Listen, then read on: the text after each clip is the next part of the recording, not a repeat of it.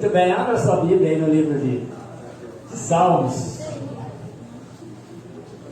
Salmos de número 32, versículo 3 ao 5. Salmo 32, de 3 a 5.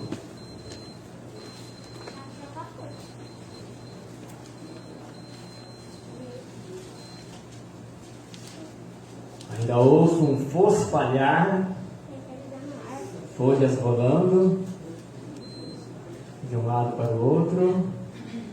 Amém? Amém. Parece uma ovelhinha, né? Amém. Amém.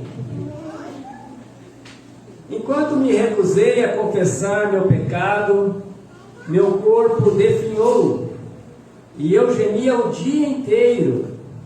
Dia e noite, a tua mão pesava sobre mim. Minha força evaporou como água no calor do deserto.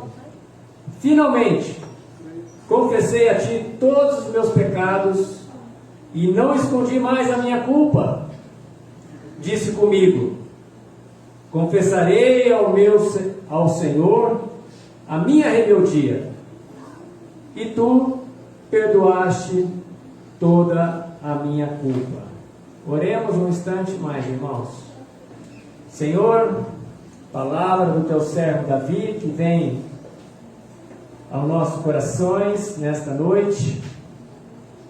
Pedimos que na mediação do teu Espírito Santo, o Senhor possa ministrar de acordo com a multiforme sabedoria do Senhor a cada um dos presentes aqui, a cada uma das pessoas em casa também, Senhor, a igreja que se reúne em casa, todos nós possamos ser impactados por esta palavra nesta noite, Senhor. Queremos ser transformados um pouco mais, como diz a música, na aparência, sermos parecidos com o Senhor. Que assim seja para a tua glória, edificação e crescimento do corpo de Cristo neste lugar. Amém. Amém, queridos? Amém. Eu quero trabalhar com os irmãos um pouco, talvez não seja o último assunto que eu vou trabalhar sobre um livro que eu li recentemente, do pastor Ricardo Barbosa, de Brasília, da Igreja Presbiteriana de Brasília. Já trabalhei alguns sermões aqui sobre este livro, que em breve estará à disposição para emprestar a vocês. Bom, os livros são muito fortes. A Bíblia é fundamental, irmãos. A Bíblia Sagrada, não podemos negligenciar a sua leitura, mas esses livros nos ajudam muito na compreensão da dinâmica da vida, dos assuntos teológicos. Então, eu recomendo fortemente que você leia essas literaturas complementares, que são suportes para a nossa estrutura de fé e de prática cristã. E o nome do livro é Alcançando o Coração de Deus, Caminhos para se atingir o coração de Deus. E me parece que os sermões passados, ainda que não baseados nesse livro, também já mostrou um pouco dessa intenção de Deus para com a Igreja Presbiteriana Independente, aqui em Mirassol, as pessoas que se reúnem, que têm nos acompanhado também, no sentido de nos restaurar de dentro para fora, de tal forma que a gente então atinja, conheça um pouco mais o coração do nosso Deus. E assim, prosseguindo no conhecimento e na graça do nosso Senhor Jesus Cristo. Mas ficou bem claro para o texto, eu quero deixá-lo aí um pouco projetado, né, que há uma relação entre a saúde emocional, a nossa saúde emocional, e eu disse domingo passado, o povo latino, que é muito emotivo, né? A saúde emocional, existe uma relação muito forte com o pecado. E o tema da nossa noite é nos restaurando por meio da confissão de pecados. Uma prática espiritual chamada confissão, que conhecemos em parte, a praticamos em parte, e hoje eu quero, talvez, utilize esse domingo e o próximo domingo também, para fechar este assunto, para que a gente utilize essa disciplina espiritual de forma efetiva, de forma que nos leve um pouco mais na transformação, e essa saúde emocional em todos nós seja algo real, algo que independa das circunstâncias, irmãos. Amém. Bateu uma circunstância desfavorável, minha saúde emocional, puxar os cabelos, descabelar toda. Não. Eu quero conduzir, quero ser usado como pastor, seu pastor, para te levar a uma saúde emocional que independe das circunstâncias. Então fica claro pelo texto que essa relação entre saúde emocional e pecados não confessados é bem mais profunda do que nós imaginamos. Isso está muito claro pelo texto, aonde Davi se expressa de uma forma mais clara possível, e de talvez até de forma dramática, para mexer com o leitor, para mexer com cada um de nós. E eu quero convidar vocês também a lerem o Salmo 51 essa semana, como complemento desta ministração, porque também, como o 32, é um salmo confessional. Davi, então, um testemunho pessoal sobre as consequências do pecado na sua vida, que refletiu na sua emoção também, no seu físico e na sua espiritualidade. Então, atingindo toda a dimensão do ser humano, pecado não confessado. Ele afirma que enquanto manteve em silêncio a sua alma, guardando como um segredo inviolável aquele seu pecado, ele envelheceu, ele definhou, não sei se são essas expressões que estão na sua versão bíblica, mas aqui diz que ele envelheceu, ele definhou, ele se tornou um homem cansado, movido pelos sofrimentos e dor que traziam seu passado todo o tempo à memória. Sentimentos como tristeza, insegurança, apatia, talvez aquela apatia sem forças até para trabalhar, apatia que você tem em relação à espiritualidade, às disciplinas espirituais, e até mesmo o medo que tem sido presente nas casas devido às muitas notícias tristes. Esses sintomas são alguns que o salmista descreve como consequência dos seus pecados, portanto, e também dos seus silêncios.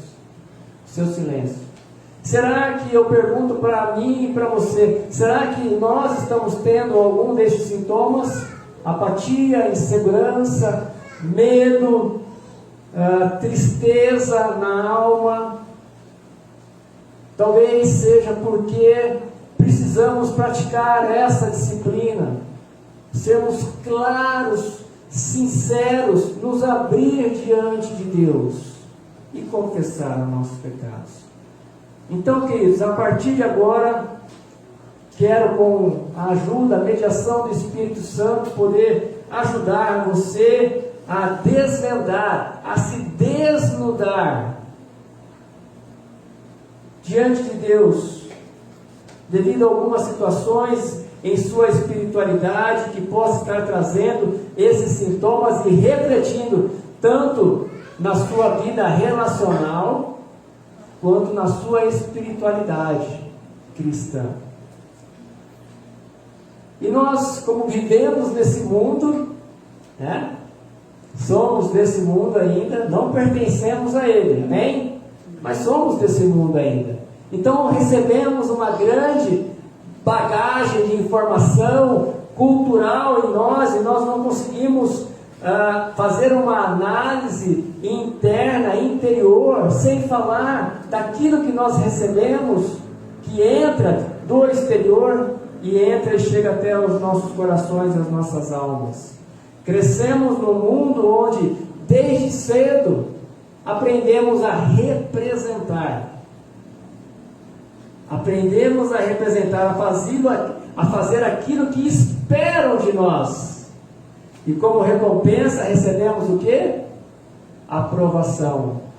Recebemos a aprovação e aceitação das pessoas. Vivemos num mundo assim, não é mesmo? Queremos ser agradáveis às pessoas de todas as formas. Talvez se o pastor não tiver com um sorriso no rosto, ele não é um pastor maneiro, não é um pastor agradável. Você no seu serviço, se não estiver com um sorriso no rosto todo o tempo, pretendendo, né? Representando alguma coisa que talvez teu interior não transmita isso.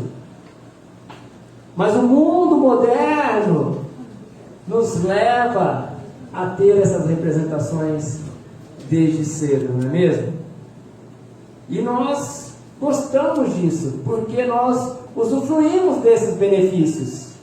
Somos bem-quistos, bem-vistos, queridos pelas pessoas, mas na verdade há uma representação. Não quero dizer em todo o tempo, né? Mas grande parte do tempo representamos um papel. Luiz, passa. Portanto, nós construímos um mundo falso, nós desenvolvemos máscaras e fantasias que ocultam a verdade. Não é isso mesmo? A consequência de queremos agradar, que nós, dependendo do papel, pastor vem aqui e põe um terno de pastor. Aqui eu sou pastor. Enquanto deveria ser pastor em casa, em qualquer lugar. E você também. Ser o que você é em qualquer lugar. Mas este mundo nos atrai a representarmos desde cedo esses papéis. Não é assim mesmo? Quem aqui é pai e mãe, não fala para o filho quando vem um amigo, cumprimenta. Cumprimenta ele. Fica bravo com o filho quando o filho não tem aquela espontaneidade para cumprimentar o amigo do pai, o amigo da mãe. Nós sim, já estamos ensinando desde cedo, involuntariamente, a criança a representar um papel. Nossas relações tornam-se frágeis, egoístas e até superficiais. E a nossa fé, ela se transforma num subproduto do medo e de nossa insegurança também. Esse é o mundo moderno que proporciona tudo isso para nós, que tem nos proporcionado diversos mecanismos que nos protegem, né, de nós mesmos e que alimentam ilusões. Alimentam ilusões em nós mesmos e nas pessoas. E talvez um reflexo disso, irmãos e irmãs,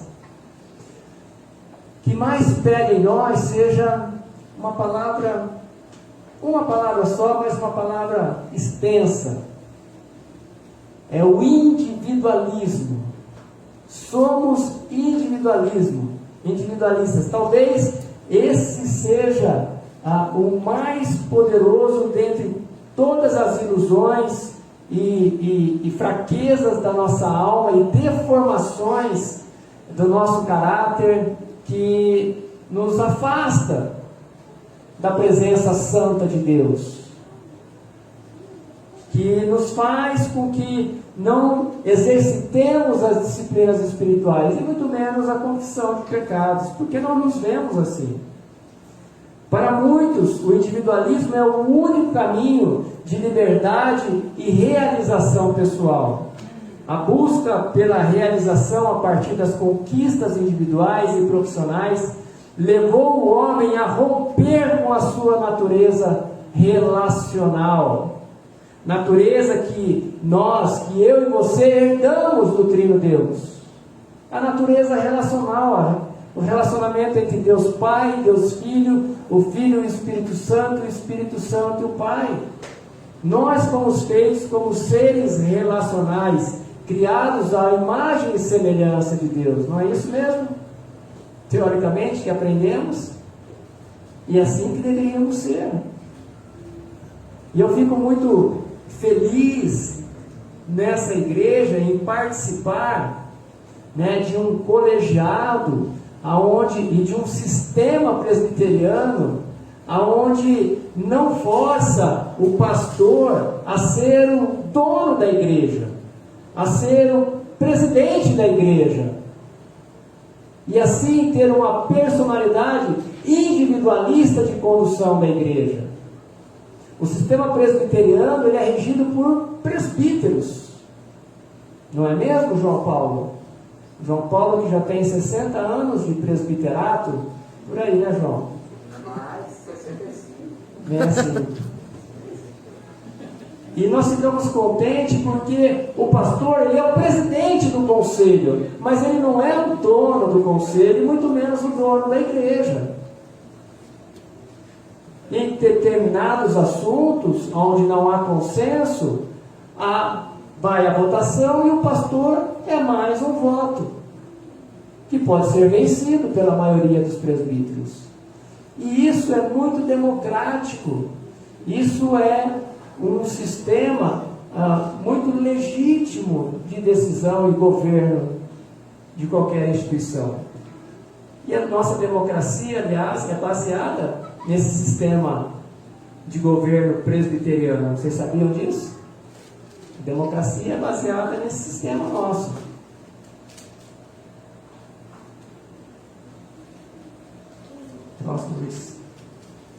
Então, nesse sentido, irmãos, que eu venho falando sobre o individualismo, como está projetado aí, é uma característica humana que mais aproxima o homem do pecado original, levando-o a buscar sua identidade e realização na profissão e não na relação. E vejam que, e eu peço assim muita atenção de vocês, irmãos, nesse assunto, que talvez não é aquele assunto que vai trazer um benefício imediato, né? Uma bênção que você veio buscar aqui, talvez uma solução dos seus problemas, mas é algo que vai formar o seu caráter cristão, é um assunto teológico, doutrinário, é comida com substância que você veio aprender aqui nessa noite, que vai refletir em todas as áreas da sua vida. Por isso peço um pouco mais da sua atenção, do seu foco nesta noite, ainda que pareça um pouco maçante esse assunto, mas é dos mais importantes nós conhecermos um pouco sobre a nossa natureza caída, a nossa natureza pecaminosa, e falaremos aqui em pecado muitas vezes. Então, como está projetado aí, esse individualismo se assemelha ao nosso pecado original e nos leva a buscar identidade e realização na profissão e não na relação uns com os outros e nossa com Deus. No pecado original, a opção do homem foi pelo poder e não pelo amor. O que a serpente ludibriou lá, Adão e Eva? Que se comesse do fruto, eles seriam como Deus, e não mais criaturas de Deus. Então houve ali uma relação de poder e não de amor, aonde a serpente, na esperança de mostrar para o homem ser uma coisa que ele não era. Ele não era tão poderoso quanto Deus, e a serpente quis, da mesma forma que ela se rebelou com Deus, queria que o homem se rebelasse com Deus. E realmente aconteceu isso. Acabou acontecendo. Mais um, querido. E a gente vê então que é por meio dessa disciplina espiritual, da confissão, que nós encontramos ou reencontramos o caminho da volta, o redescobrimento do sentido de pessoa criada à imagem e semelhança deste Deus. Imagem essa deformada pelo pecado. Imagem deformada pelo pecado. As implicações emocionais, espirituais e físicas nos relatos de Davi demonstram de forma dramática tudo aquilo que aconteceu com ele em razão do pecado, dele ter se calado. Não apenas nós temos que entender o pecado, irmãos e irmãs, como um conceito teológico, algo que está ali delineado na Bíblia, que o cristão conheça os limites morais de suas ações. Não é só isso. Se fosse só isso, nós seríamos aqui legalistas, farisaicos, falar que pecado, olha, você não faz isso, você não faz aquilo. Se parássemos só aí, seríamos equiparados àquele publicano, quando Jesus falou na parábola, aonde um publicano e um fariseu subiram para orar no templo. E o fariseu disse: Senhor, graças a Deus que eu não sou como os demais homens, roubadores, pecadores, eu dou o dízimo, eu faço isso, eu esmolo, enquanto que o publicano no seu cantinho ali falou: Senhor, eu não posso nem erguer meus olhos para ti, o quão pecador eu sou. Mas não é só isso. E essa é uma prática, talvez, que a gente venha lá do berço. Errou, vai confessar. Fez isso errado, vai confessar. Não podemos limitar isso, senão seremos chamados e cresceremos com uma deformação teológica muito forte, que isso vai acompanhar toda a nossa carreira, ou a nossa caminhada cristã. Mas o pecado é também, como está projetado aí, uma realidade que envolve a alma. É profundo, envolve a alma humana, deforma o nosso caráter e compromete a liberdade e as relações do homem com Deus, consigo mesmo e com as pessoas. Veja o poder destrutivo do pecado. Pecado não é uma questão de ações, de fazer ou deixar de fazer. Tem a ver com o nosso caráter, com a nossa alma. O pecado não deve ser entendido, portanto, simplesmente como os limites morais e comportamentais impostos a nós e a outras pessoas. Não podemos ter esse limite, esse quadradinho, pecado é isso, pecado é aquilo. Mas como uma deformação da imagem e semelhança divina, compartilhado por Deus com o homem no ato da criação. Mais um, Luiz. Quando entendemos sobre esta deformação, novamente a confissão vem nos ajudar como disciplina espiritual. Porque quando entendemos essa deformação, esse pecado original, no qual nós nos separamos, a nossa natureza se tornou pecaminosa, e ali então quebramos o nosso relacionamento com Deus. Mas quando encontramos o caminho da confissão, é como se fosse se desnudar a alma e do coração diante de Deus e dos homens, revelando-lhes o seu verdadeiro caráter, buscando resgatar nossa verdadeira identidade, promovendo a liberdade e o caminho da confissão. Você já entrou na presença de Deus com essa postura de realmente dizer quem é você? Você já teve coragem? Talvez você não teve coragem para dizer nem para o seu cônjuge aquilo que passa no seu coração, mas e com Deus? Você já teve coragem? de se desnudar diante do teu Deus, de realmente dizer o que se passa aí na sua cabeça. E é por meio da confissão, queridos, que nós rompemos com o nosso individualismo também. Outro benefício que advém da confissão de pecados, da confissão da nossa natureza.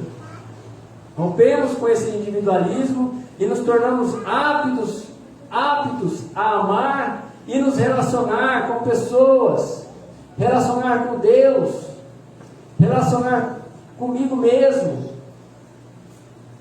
Então eu começo a entender o outro, porque eu me entendo.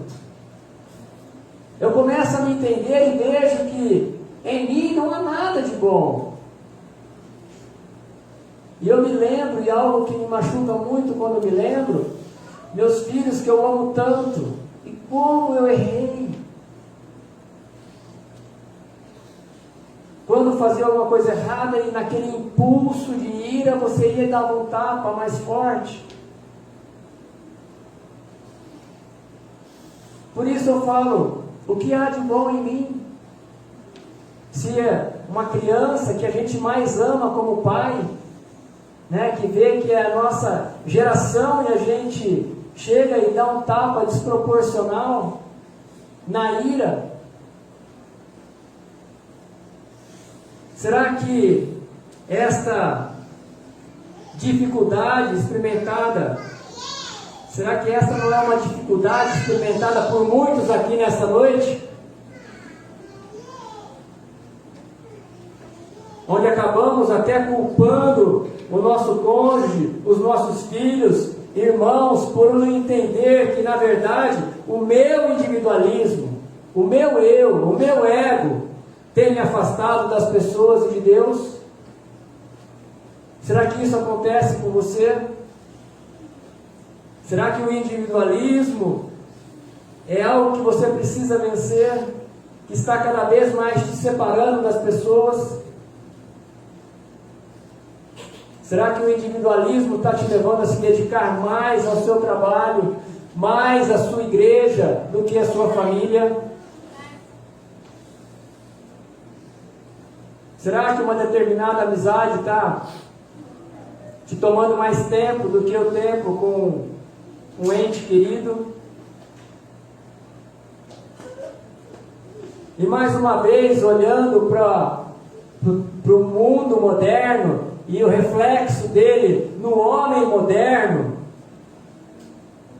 quando falamos sobre pecado, né, quando isso não soa como um absurdo, até um insulto, né, uma agressão à dignidade intrínseca do ser humano, porque hoje, com o avanço da tecnologia, da medicina, das conquistas sociais, o homem se vê como um ser humano bom, que está vivendo, fazendo as coisas para o bem da humanidade. E aí, falar em pecado para o homem moderno não soa nada bem. O conceito de pecado para o homem moderno é, muitas vezes, encarado como apenas um tropeço, como algo eventual, como um pequeno acidente de percurso. Daí a dificuldade de confessar. E nós vivemos nesse mundo e somos bombardeados com isso. Confessar o quê? Confessar o quê? Sou cristão. Trabalho direitinho. Chego na hora certa. Meu chefe manda fazer isso, eu faço. Na igreja eu me comporto direito. Aonde eu for, eu sou bem educado. Confessar o quê? Já passou isso pela sua cabeça? A confissão para o... Agora, tirando um pouco o foco do homem moderno e trazendo para o cristão moderno. O cristão moderno. A confissão para o cristão moderno. Cometemos pecados, sim, quando fazemos, pensamos ou falamos algo que sabemos ser contrário à vontade de Deus, expressa na sua palavra e que compromete nossa comunhão com Ele. Confessamos também quando inconscientemente nós pecamos, cometemos algum ato de injustiça, não é assim? Muito bem, é assim. No entanto, se somente esse aspecto da noção de pecado é tomado em conta, nós limitamos tremendamente a nossa confissão. E aqui talvez chegue assim um ponto alto dessa pregação, o momento de a gente virar a chave. Luiz, da gente virar a chave no nosso entendimento sobre nós mesmos. Sobre eu e você. É preciso considerar o pecado não apenas como um ato praticado contra Deus e sua santidade, mas também uma realidade intrínseca, minha e sua, inerente ao ser humano, devido ao pecado original. E nós, portanto, somos pecadores. E entendendo a nossa condição, você, entendendo a sua condição, você vai conviver melhor com o seu próximo. E talvez eu já tenha compartilhado isso aqui com alguns.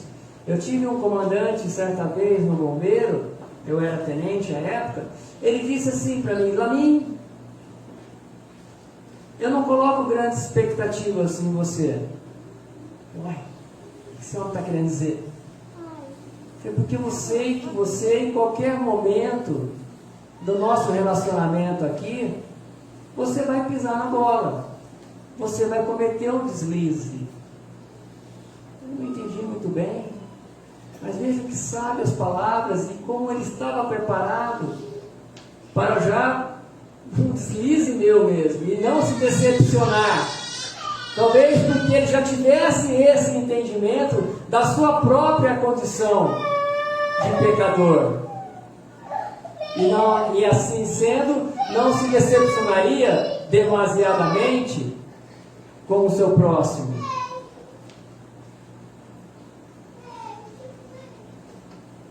Não apenas cometemos pecados, irmãos, nós somos também pecadores. O pecado não é apenas aquilo que eu faço ou que eu digo, mas é a realidade mais secreta do meu ser. As motivações que movem minhas ambições, as deformações do meu caráter, construídas ao longo da minha existência. Você entende assim também? Você poderia estar dizendo, na primeira pessoa, que você está entendendo a sua natureza agora? Via de regra, nós confessamos somente aquilo que fizemos ou deixamos de fazer, mas não confessamos aquilo que somos. Não confessamos aquilo que somos. Dificilmente nós nos abrimos com alguém para dizer realmente aquilo que somos. E raramente também fazemos isso com Deus. Porque não entendíamos, talvez, eu espero que você agora comece a entender, não entendíamos essa nossa condição. E talvez seja a chave de agora eu entender melhor o meu cônjuge, entender melhor os meus filhos, entender melhor os meus pais. Eu quero partir já para um final. Talvez o homem que mais entendeu sobre isso, talvez o homem que chegou num patamar de maturidade espiritual, que ele desnudou a sua vida para outras pessoas. Esse homem foi o apóstolo Paulo. Vejam o relato dele na carta aos Romanos, capítulo 7, 22 a 25. Amo a lei de Deus de todo o coração. Contudo, há outra lei dentro de mim, que está em guerra com minha mente, e me torna escravo do pecado que permanece dentro de mim. Como sou miserável! Quem me libertará deste corpo mortal dominado pelo pecado? Graças a Deus, a resposta está em Jesus Cristo, nosso Senhor. Na mente quero de fato obedecer à lei de Deus, mas por causa da minha natureza humana, sou escravo do pecado. Você já abriu o coração para alguém dessa forma? O apóstolo Paulo, mais um Luiz, a gente vê a luta do apóstolo Paulo entre as duas naturezas que se digladiavam diariamente, talvez, na vida daquele homem. A luta dele não era contra um fato isolado, não era contra uma fraqueza moral, mas era contra uma força interior, um poder que insistia em mantê-lo afastado dos propósitos e dos caminhos de Deus. A sua cura emocional começa a partir do momento que você conhece a si mesmo. Veja como é importante você conhecer sobre você mesmo. Porque você conhecendo a sua fragilidade, você vai conhecer a fragilidade das outras pessoas. E você vai aprender a relacionar bem com as outras pessoas e com Deus. Não é assim? A natureza do pecado que nos torna inimigos de Deus é a causa natural e lógica dos atos pecaminosos. É como nesse processo que eu disse de virar a chave, é como eu deixar de atuar nos efeitos e ir na causa, a trabalhar a causa. E não tentar ficar só apagando fagulhas aqui, mas ir lá na fonte que causa as fagulhas e começar a tratar ali, apagar, extinguir esta fonte. O mal que praticamos não é simplesmente um erro moral, irmãos, mas é o rompimento da aliança que Deus fez conosco ao vivermos afastados dessa aliança. Encontramos-nos também afastados da liberdade a qual Deus nos chamou. Mas não isso. Por isso, queridos, novamente, a prática da confissão como um remédio que vai nos levar à libertação, à transformação. Confessar apenas os meus deslizes mais evidentes jamais transformará o meu caráter. Mas ao confessar o que sou, coloca-me no caminho da transformação. Vamos virar a chave? O problema não está no vício. O problema está na crença que está lá no seu coração, que te leva a praticar o vício. O problema está nos tronos, nos altares que você criou lá no seu coração. Enquanto você tenta eliminar o vício e não retira, não vai lá na origem, lá no caráter, lá na deformação, lá onde você quebrou a aliança com Deus, deixou de adorar completamente o teu Deus e começou a complementar a sua adoração a coisas, a pessoas, a objetos. E, portanto, adulterando com o teu Deus, quando eu e você adoramos outras coisas. Talvez você virando a chave seja o início do processo de chegar ao coração de Deus, de se aproximar realmente da intimidade com Deus, entrar sem máscaras, sem véus, na presença de Deus, e aprendendo a entrar assim na presença de Deus, nós vamos aprendendo